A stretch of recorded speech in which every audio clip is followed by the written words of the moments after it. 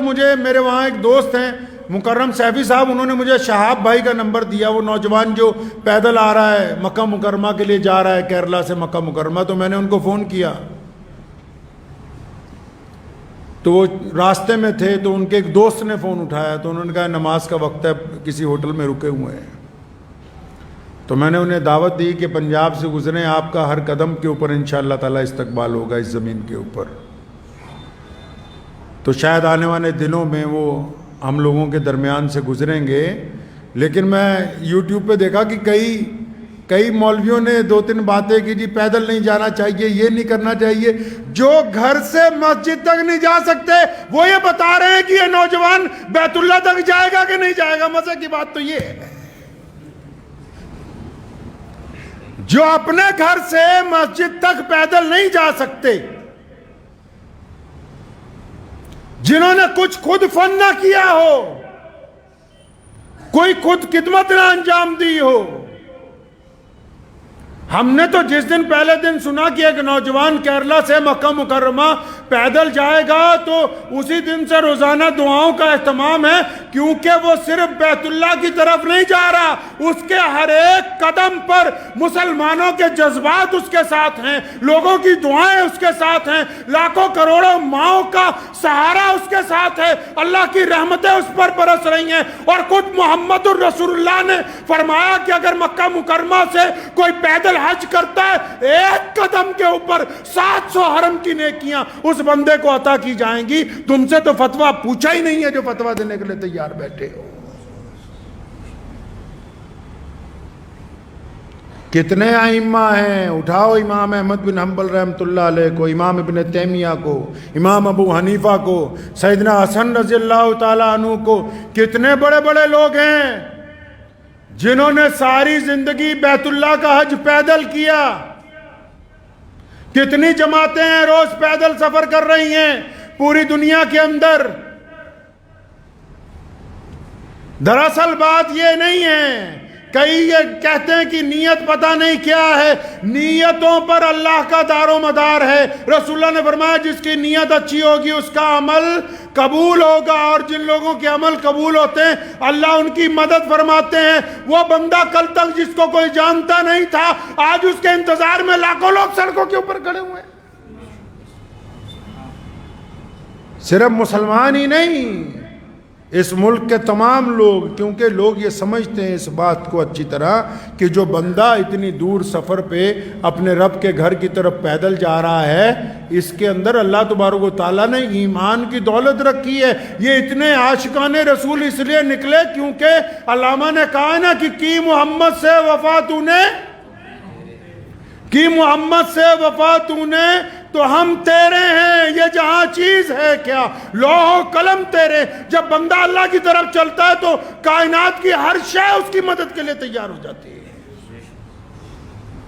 مبارکباد دینے کی بجائے ایک دو لوگوں نے، ایک صاحب کی میں مختصر سی بات سن رہا تھا، تو وہ فرما رہے تھے کہ میں یہ فتویٰ دے رہا ہوں، میں یہ کر رہا ہوں، میں وہ کر رہا ہوں، تو مجھے بڑی حیرانی ہوئی۔ میں کہا اگر یہ واقعی بہت اچھا فتویٰ دینے والے ہیں، اگر ان میں واقعی اسلام کا درد ہے اور یہ اس بات کو سمجھتے ہیں کہ کون سا عمل اسلام میں نیا ہے کون سا پرانا ہے، اگر ان کے واقعی سینے کے اندر ایک دھڑکتا ہوا دل ہے، اگر واقعی ان کے اندر جذبات ہیں، اگر واقعی یہ کوئی زندہ دل مولوی ہے، اگر واقعی اس مفتی کے قلم میں بصیرت ہے، اس میں طاقت ہے، تو جب کسی کا گھر گرایا جاتا ہے اس وقت اس کا فتویٰ کیوں نہیں چلتا؟ جب کسی کو ناجائز قید میں ڈال دیا جاتا ہے اس وقت اس کی زبان کیوں نہیں کھلتی؟ یہ صرف مسلمانوں کو پریشان کرنے کے لیے، مسلمانوں کو تکلیف پہنچانے کے لیے ان کا قلم چلتا ہے۔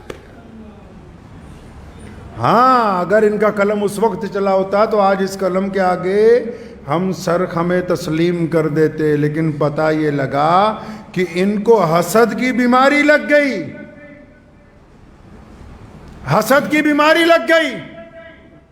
حسد کا کوئی علاج نہیں ہے دنیا میں۔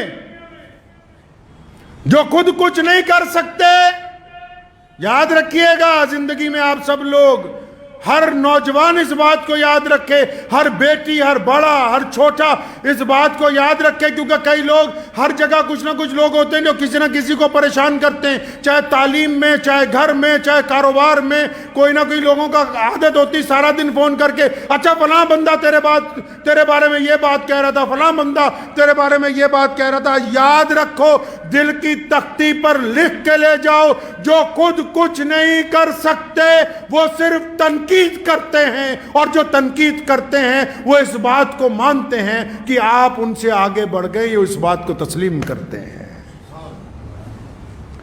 اس لیے شہاب بھائی کو کہنا چاہتا ہوں کہ اگر کوئی ایک دو لوگ تنقید بھی کر رہے ہیں تو انہوں نے مان لیا کہ تم ان سے افضل ہو۔ تنقید کرنے والے نے اس بات کو تسلیم کر لیا۔ ہر سال 1-2 حاجی پیدل پہنچتے ہیں، آپ کو پتہ ہے، لیکن یہ سرکاری مولوی تب نہیں بولے۔ اس سال جب انگلینڈ سے پیدل حج کرنے والا چلتا ہوا 6,500 کلومیٹر کے بعد مکہ پہنچا، وہاں کے حکمرانوں نے اس کا استقبال کیا، تب یہاں کا کوئی مولوی نہیں بولا۔ کیوں؟ کیونکہ وہاں سے چندہ لینے جانا ہے۔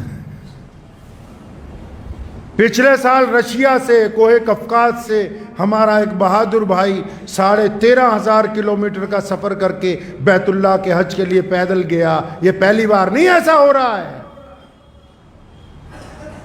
ابھی پوری دنیا کے سارے ملکوں میں سے ایک نوجوان اکیلا موٹر سائیکل کی سواری کر کے اس حج کے اندر شامل ہوا ہے۔ تو یہ جو اب پیدل جا رہا ہے، آپ کیا سمجھتے ہیں کہ اس کے پیدل چلنے سے صرف شہاب بھائی کا حج ہوگا؟ نہیں، جب وہ شہاب پیدل چلتا ہے تو لاکھوں دلوں کے اندر بیت اللہ کو دیکھنے کی تڑپ پیدا ہوتی ہے، اس کو ثواب اس کو نہیں ملے گا؟ جب پیدل چلتا ہے کروڑوں دعائیں ساتھ میں چلتی ہیں۔ جب بیت اللہ کی طرف قدم بڑھتے ہیں نا، یہ ایسے ہی نہیں بڑھتے۔ تو کسی نے کیا خوب کہا، بس یہ شعر ان کی نظر کرنے چاہتا ہوں کہ قوت عشق سے ہر پست کو بالا کر دے۔ یہ بندہ ایسے نہیں چلتا، کوئی ہو چاہے۔ یہ محمد الرسول اللہ کا عشق ہے یار۔ یہ حضور نبی علیہ السلام کی رحمتیں ہیں جو ظاہر ہو رہی ہیں۔ کہا نا کسی نے کیا خوب کہ قوت عشق سے ہر پست کو بالا کر دے، دہر میں عشق محمد سے اجالا کر دے۔ وآخر دعوانا ان الحمدللہ رب العالمین۔